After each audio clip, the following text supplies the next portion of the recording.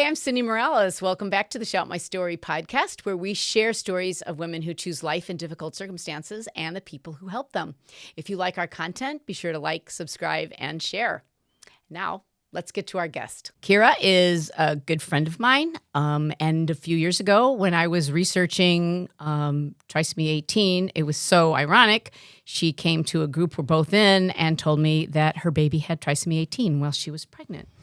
And she had her baby Rory, who lived 5 days, and now she has an organization, right, to help women in that same situation. So today we're going to hear Keara's story and more about her organization. So Keara, welcome to the podcast. Thanks for having me, Cindy. Can you tell me a little bit about Rory? And first, let's start with your pregnancy. Sure.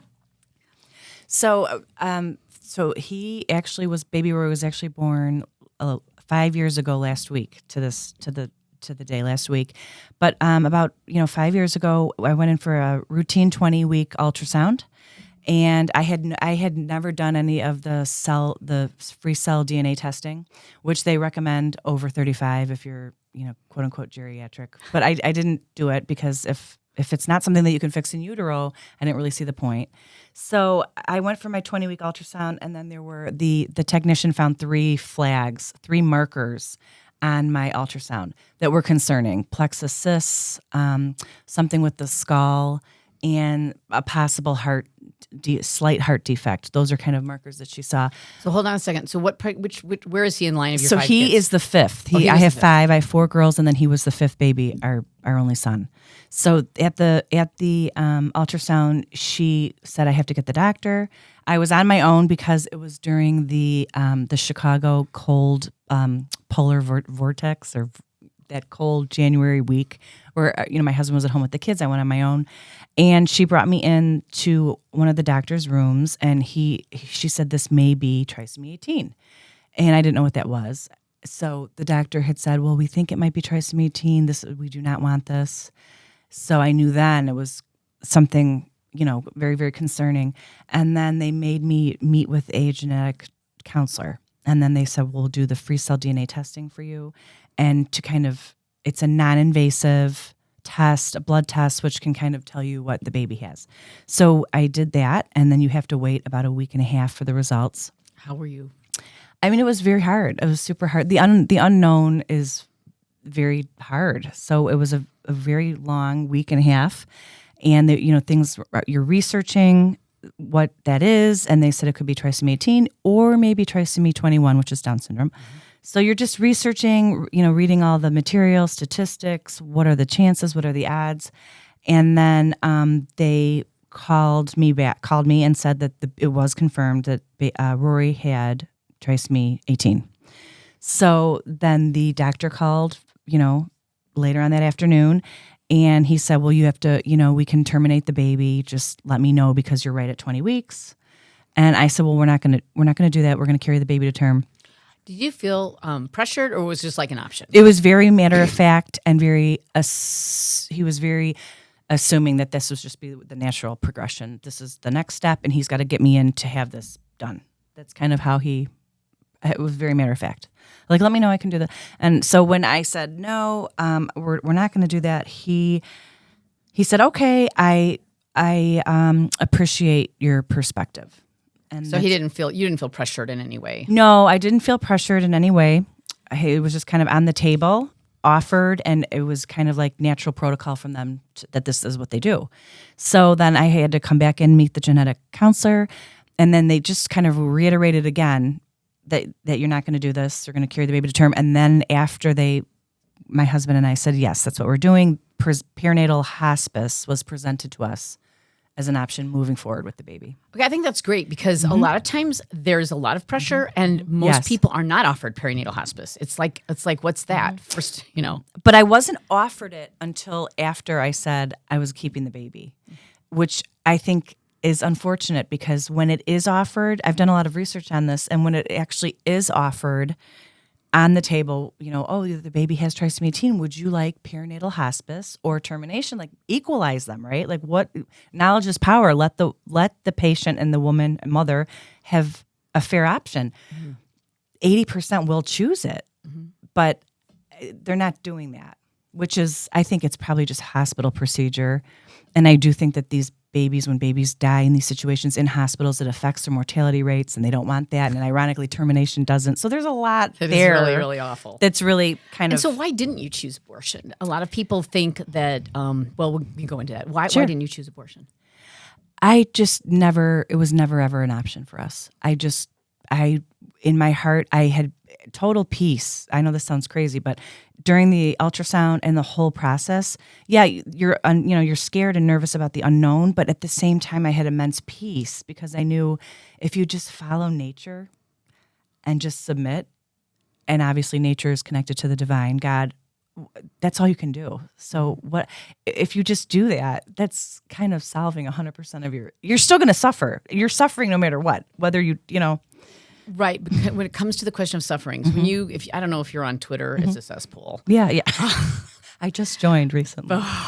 Okay. Whenever this kind of situation comes up, I joined Twitter primarily to discuss pro-life issues. Yes. And people will say, how can you allow your baby to suffer? And what would you say to that? Well, I think people are misled with the current narrative that's presented on these situations where the mother is expecting a baby with a life-limiting condition. They make it sound so horrible and extreme and describe the baby as this quote-unquote alien-like being that you're going to be presented with that is going to suffer, you're going to suffer, it's going to be horrific. That's not how it happens. So people are misled based on what we're being told by the medical profession. Do you know what I mean? That this is what to expect, and it's not accurate. So I think that has to be, and how you present the diagnosis matters. If you have doctors and medical people saying, we will care for you and the baby, we'll walk with you during this, and this is what Dr. Elvira Pirificini, who is a doctor with Columbia, she started the whole comfort care, palliative care, perinatal hospice programs. This is her whole MO. This is what she does. I'm going to walk with you and help you and your baby, and take care of both patients until the baby naturally passes, or if some of the babies live much longer than other babies. It depends on how long God gives them. Exactly. Nobody can know. Nobody knows. They can give you all the statistics in the world, but at the end of the day, it's just a statistic, and what's going to happen to you and your baby is what's going to happen to you and your baby. There's also a lot of people who just cannot. This is the Twitterverse, okay? Sure. Who cannot wrap their minds around the idea that you would give birth to a baby is going to die. Why wouldn't you just terminate and start over? Several people have posted that. Some of them on my YouTube video of the WGN interview that was done on our family and perinatal hospice. Why would parents do this? This is sick. Why this is so disturbing to have your child suffer, and why put yourself through this? But I think if you just termination is such an unnatural, violent procedure, and if they actually knew what that procedure does to the baby and how the baby suffers immensely during that procedure, I think people would kind of rethink doing that. Why not just let the baby, align yourself with nature and a higher power and let nature take its course? Termination of those babies, they don't just, again, the narrative of how they control how the baby is quote unquote put down or terminated. Oh, the baby's just going to go to sleep. The baby doesn't go to sleep. The baby, there's digoxin injected into their heart through their lung, and they go into cardiac arrest. And that's super painful. One of the things that euthanasia, medical assistance in dying, when I think of the reasons that people give for killing off old people or sick people, they're the same reasons for killing off babies in utero who are sick. And the drugs that they use to kill off people in euthanasia are the drugs that are similar to the ones that are used in lethal injection in the death penalty. And so many people are against the death penalty precisely because it's inhumane. Those drugs aren't going off gently into the good night. Right. And the drugs given to the baby, if you think of a needle in the heart, that doesn't sound pleasant. And also, these are babies who can feel pain because it's later on in the pregnancy. Right. So based on that information alone, and none of this information is presented to the mothers and the patients. I mean, unless they question it, I'm sure, but I don't think another issue, which not to go off on a tangent, is it's coming back that a lot of those of the free cell DNA testing, cell-free DNA testing, are highly inaccurate. So the test results, and I asked one of my doctors. I did a lot of studying the ratio and the statistics of there's a margin of error always, right? So there's like a 4 to 6% margin of error. So what is the chance that maybe he doesn't have it? Maybe there's a false positive here, and they didn't know. They said we have no idea because all the babies are terminated. So they couldn't answer that question. So and I did not. I know a lot of women probably go through with an amniocentesis. I did not go through with an amniocentesis. Because I know that there's risk in that too. And for me personally, I didn't want to have any sort of risk of, the needle going into your stomach to take the test. Yeah, there's still a chance you that can have a baby miscarriage. could miscarry. Exactly. So for me, I would, rather have just lived with the unknown for 4.5 months and took my chances, which I did. So for people who don't know what trisomy 18 is, tell us a little bit. What were they told that now there's different syndromes that are attached to trisomy 18, and not every baby has every syndrome. Sure. What do they tell you to expect with Rory? They just that he most likely will not survive pregnancy and will not survive birth, and I kept telling the doctors, no, I have a feeling that I'm going to meet him, and they just said, okay, kind of okay, that's great, yeah. But they just treated it very dismissive, like he's not going to survive birth, and if he does, he won't live long. He's going to have all these ailments, all these lung issues, heart issues, cleft fingers, feet, his skull. I mean, all these things, which, who cares if you have a little pinky that sticks up? The way they described everything, not they, but the way the whole, medical industry describes the trisomy 18. It affects the 18th chromosome. It's the largest chromosome in the body, so it affects every cell in your body. So you can have mosaic trisomy 18. You can have mosaic trisomy 18, which is partial. Yeah.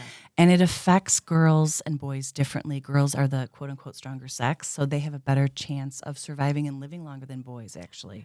I agree. I believe that because of all the babies I know. I'm pretty involved with the T18 community. I know, and all of the babies are girls except one. When I have a kid it's very rare. that's in our film, Incompatible with Life, his name is Danny, and he's 10 now, 10 or 11. So he's a miracle. He is a miracle. He's a miracle. So that's kind of how and even when, you go in for your checkups and the doctors would say, well, do you want to hear the baby's heartbeat? And I would just ask them, is the baby alive? Well, yeah. Well, then I want to hear the baby's heartbeat. Maybe they were trying to spare me pain of hearing the baby's heart rate, but the way it was asked was kind of like, well, do you want to do this? But I did go for a more specific high-level ultrasound, like a month or two later. And the technician was so lovely, and she just said, well, there he is. He's just doing his thing, and you're doing your thing, and he doesn't even know he's sick.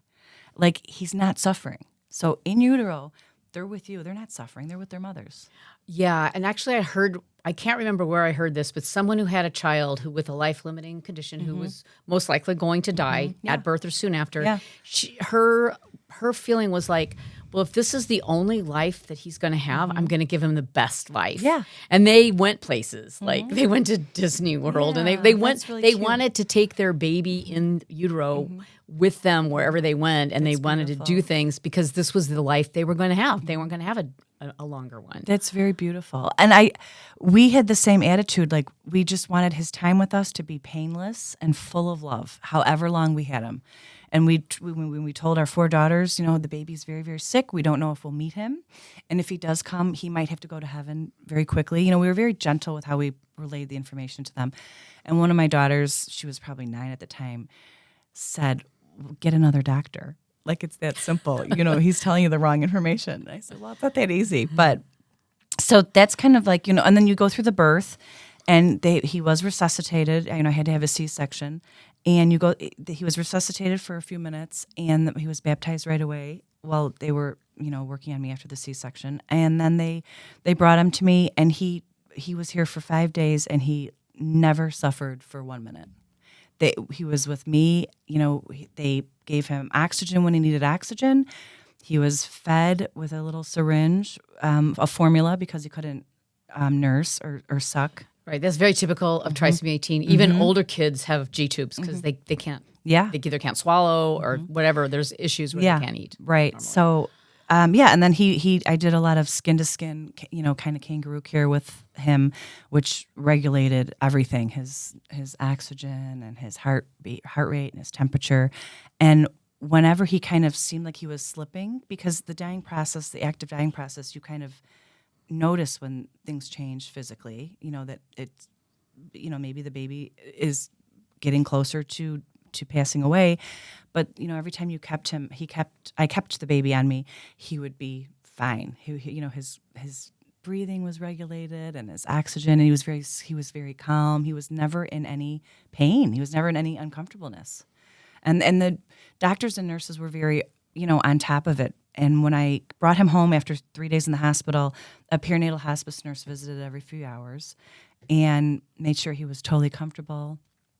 That was my next question. What was it like with perinatal hospice? So yes, so when we brought the baby home, we had a perinatal hospice nurse come every couple hours, and she would monitor him, check his heart rate, making sure he was eating and changing his diaper and just taking care of him and me and the family. It was a very holistic approach to death. I mean, they were trying to make us as comfortable and celebrate the baby as long as we could. She did art projects with the girls and did little feet prints and monitored him, made sure he was totally comfortable 100% of the time, which he was. I mean, and some people think it's kind of different or unique to bring the baby home versus staying in the hospital with him.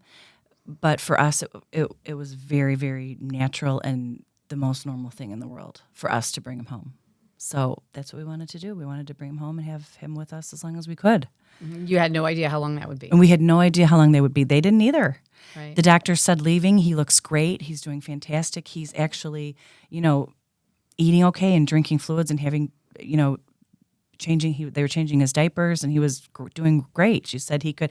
But the thing with trisomy 18 is they could also turn very quickly. Yes.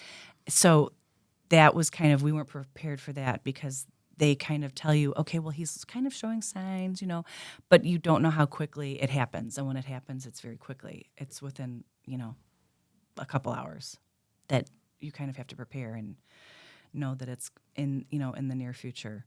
So that's the kind of scary thing about it. I wanted to ask you about purpose. What purpose, or if any, what purpose does Rory's life have as far as you can see? I believe he's here for a reason. Every human being from conception to natural death, no matter the length of your life, whether it's 5 minutes, 5 days, 50 years, or 100 years, there's value in it, right? There's intrinsic value. And I think that's where people kind of disconnect from, well, I mean, if he's only going to live 5 days or 5 months, why would you do this? Well, I don't think it's up to us. So I think we exist in time, and eternity is a whole other thing. But in our value of time is not the value of eternity. So his 5 days, there's no time in eternity. So his purpose, he had more value than maybe a 90-year-old man or woman that lived. And what he brought, a lot of people. He affected their lives in a lot of ways. They've reached out to my husband and I, and Rory's 5 days has affected their lives in a lot of ways that they shared with us. So I know that there's purpose and value for those 5 days. And I think it's nice too because we're able to talk about him. We have pictures around the whole house of him. And we talk about him on a daily basis. We pray to him every day. He intercedes for us. And I think that when you terminate the baby because the baby's sick and you don't want to put your child or you through that, I think you're robbing your family of the gift of knowing their sibling. The baby's terminated and then they really can't talk about the baby. It's usually done very quietly. From what I've known being in different support groups and seeing other women go through this, it's usually done very, very quietly between her and her husband, and that's it. So the other children don't know, family and friends don't know. They keep it very hush-hush. So you're kind of not able to even acknowledge your baby's existence or the baby's name or anything like that. That's often true of any abortion. Sure. It doesn't matter what the reason is. Sure, it doesn't matter what the reason. People might want to think it's just an absolutely lovely idea, but right. There's still a lot of stigma attached. Sure. And then the siblings, they're not even able to see, in many cases when there's siblings involved, that they have another sibling that could have. So your kids got to hold him. They got to Yeah. spend time with him. Yeah, when he was born, and they were able to sing. They sang happy birthday to him. My whole entire family came and visited us in the hospital and at the house, and all my friends came, and they were able to hold him. We brought him home. He was passed around. Everybody was holding him and singing to him and reading to him, and it was very, very beautiful. It was very beautiful. You felt God. And he in didn't the look room. like an alien. No, honestly, and I've been told from other people, he's the most beautiful baby you'd ever seen. Huh. And I'm his mother, but a lot of people have said that. So as a result of this, obviously, one of the things you did was form an organization called Rory's Way. And what's the purpose of that organization? And what are you doing with it? So we Rory's Way, when my husband and I had Rory, we had a couple close friends that had been through this already. And one of them specifically came to the hospital, helped us throughout the whole pregnancy. And then along with perinatal hospice, but these parents added a whole other layer of personalized, holistic friendship and care during the process. Perinatal hospice was wonderful, but this was just another added personal level of being there throughout the pregnancy and then coming to the hospital when we had the baby, and we could, ask questions and talk to them, and they provided support and kind of guided us through the whole thing. Make sure you do A, B, C, and D, because when you're going through this, you're not thinking of doing A, B, C, and D. Mm-hmm. So we had a couple godsend people, especially one specifically that did do that. And my husband and I always talked about how having that changed the trajectory of the whole experience immensely. It was priceless. So we wanted to offer that to other parents, because I think the whole process can be very, very beautiful if you have that support. And it can be something very, very beautiful. And it can carry you through it. And you need people to walk with you during these times who have been through it. Mm-hmm. And that's kind of what we want to offer, kind of guide people, ask questions, because sometimes, when you get the initial diagnosis, no one has anyone to ask questions outside the medical team most of them are only offering termination. So we kind of have a website and if you want to call us or email us, to kind of give you all the options, give you all the knowledge and what your other choices are, and kind of have knowledge be power. And if you're going to make an educated, informed decision, you should have all the facts. And I think that's helpful. And then if you are going to carry your baby to term, we'll help you. Okay, so you're going to be there. You're there to educate people on what it's like to have a baby with a life-limiting condition, and you'll walk with them if that's what they want. If that's what they want. And how is it working so far? I know you haven't had it too long. Good. No, we just started it, and I've helped a few families so far. It's going really well.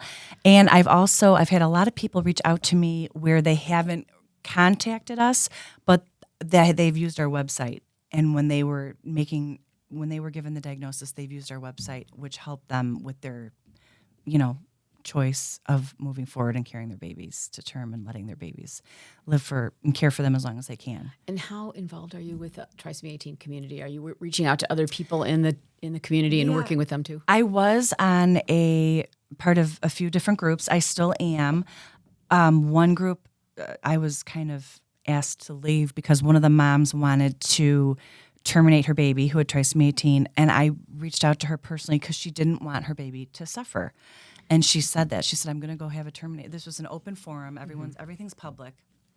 And she had said, I'm going to terminate the baby. I'm 18 weeks pregnant. I just want to, like you said, I just want to terminate the baby. And I know it's going to be a few minutes of, something bad, but I just want to start again with a healthy baby. I just want a healthy baby. That's what she said. So I private messaged her away, so no one else could see. And I just said, well, if you want knowledge about your decision and you don't want your baby to suffer, these are a few of the things of, the procedures that they do at 18 weeks for the baby with termination. And just do your homework, do some research, read this here, before you make that decision. And I guess, it didn't go over too well. I just was saying, if you don't want your baby to suffer, this is what they do, and the baby will suffer. So just, maybe you can just let the baby live and then try again, and so anyway. So I imagine she had the termination. I'm assuming because we messaged back and forth, and then she told the head of the group, and they asked me to leave the group. So that's interesting because actually my next question was that I had in my mind was the story about Katie Cox, who obviously used her baby as a political pawn to try to, bash the Texas anti-abortion laws. And she is, I guess, pregnant now. Is she really? She I didn't hear that. just came out like this week. Oh, okay. So she terminated her baby, and she didn't just do it quietly. Of course, she made a big deal out of it. But she had a trisomy 18 baby. And, of course, they told her baby was incompatible with life, which, by the way, did you ever hear those words? Yes. Okay. Yes. Yeah, several times from different people. Well, just, statistically, they're not, they don't live, it's a fetal Fatal abnormality. Except that a lot of times they Sure. they do live. Yeah. Even if it's weeks, months, and I know people who are. I know a couple of people who are in their teens now. Yeah. They're having a lot of medical issues. It isn't an easy life, but these are fierce fighters, and in between their medical problems, they have a beautiful life. And Kate Cox, I did reach out to her a few times, and I didn't get a hold of her, but I was offering her our website and help if she needed help as an option but they kind of misconstrued her whole case. They were saying, and she was presenting her case as, I have to leave Texas because they're not allowing abortion and my life is in risk. Right. And the baby's going to suffer. I'm suffering. The baby's suffering. My life is in risk, and the baby's going to die. The Texas abortion laws already have the mother's risk of life your written life into is their not laws. at risk. Your life is not at risk if you have a trisomy 18 baby. One, your life is not at risk, but two, it's already protected under the Texas abortion laws that if the mother's life is in danger, she can have the abortion. No doctor would sign off on that because her life was not in danger. Right. So she obviously used it as a political tool, which makes me. It's very sad. Yeah. It's very sad. And her little daughter, she was I think 18 or 20 weeks pregnant. I think she had to go to New Mexico, but she was very public about it. But we did try to reach out to her. But yeah, and then she was brought to the State of the Union. Yes. Under Joe Biden to use as a way to open the gates. So if you have a person whose child has a life-limiting condition, her in utero, what advice do you have for them? My advice would be, the hardest part I think is receiving the diagnosis and then waiting for confirmation if they already haven't done the testing, and to just kind of throughout the pregnancy and once you do receive the news is to just be at peace. I mean, you're just letting your baby kind of call the shots. And I think if you kind of submit and just say, I'm going to which I did with Rory, I'm just going to let him it's his life. I'm going to let him do his own thing. And he's in control, really, because his life is separate than my life. So whatever is going to happen is meant to happen. And I think if you kind of submit to that, and this is what nature wants, I think that there's immense peace in that. So I think it's important for people to know that this is an option, and perinatal hospice is an option together, and it can really change your experience because you are still going to lose your baby if you just let the baby choose when he or she passes away or how long they live versus you interfering. You're at the end of the day, you're still going to suffer and you're still going to lose your baby. That's very good observation. Yeah. Thank you so much. Sure.